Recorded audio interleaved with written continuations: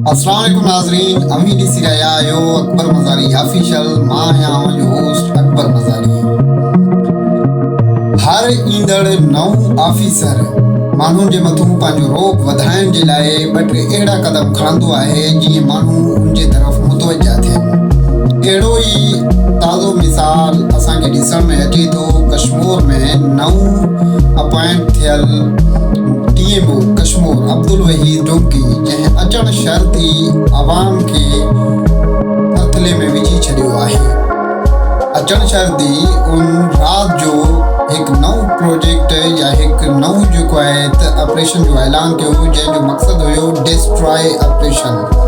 हुन छा कयो, राति जे अंधेरे में माण्हुनि खे बिना ॿुधाइण जे दुकाननि जे अॻियां ठहियल थड़ा माण्हुनि जो जेको आहे त रेड़ियूं जेके सब्ज़ी या फ्रूट खपाईंदा हुआ, उन्हनि खे राति जो जेको आहे त हैवी मशीनरी ट्रैक्टर सां उन्हनि खे जेको आहे त हलाए करे उन्हनि खे तबाह करे छॾियो।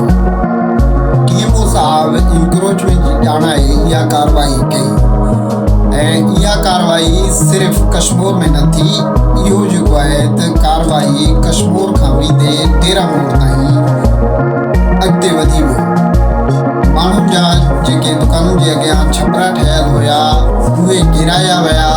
उन्हनि जे दुकाननि जे अॻियां जेके स्टेप्स सीढ़ियूं हुया सीमेंट सां ठहियल, उन्हनि खे हलाए करे पटियो वियो।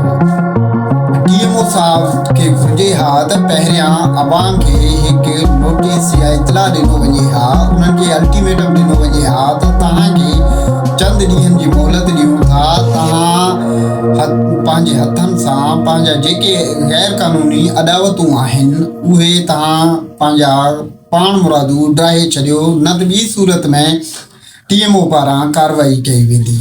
उन्हनि अहिड़ो इतला न ॾिनो ऐं राति जे पहर में डिस्ट्रॉय ऑपरेशन स्टार्ट करे माण्हुनि जो लखें रुपयनि जो नुक़सानु करे छॾियो।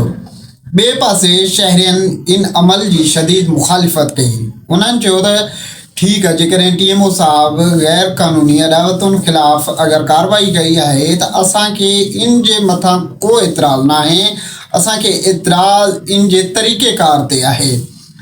उन्हनि इहो बि इल्ज़ाम मुड़दे चयो आहे त TMO पारां बाअसर माण्हुनि जूं हद दख़लियूं दुकानूं जेके आहिनि उहे अञा ताईं सलामत बीठियूं आहिनि, उन्हनि खे हथु न लाथो वियो आहे। ॿिए पासे ग़रीब माण्हुनि बेपहुच जेके आहिनि उन्हनि जा नुक़सान करे TMO साहब पंहिंजे जेके खे ख़ुशि करणु चाहे पियो ऐं उन जेको आहे त ग़रीब माण्हुनि जो नुक़सानु करे वेंदो आहे।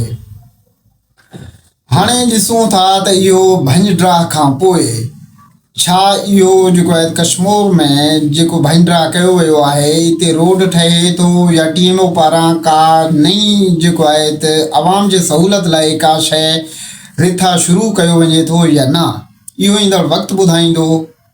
फ़िलहाल असांखे ॾींदा इजाज़त। अल्लाह हाफ़िज़।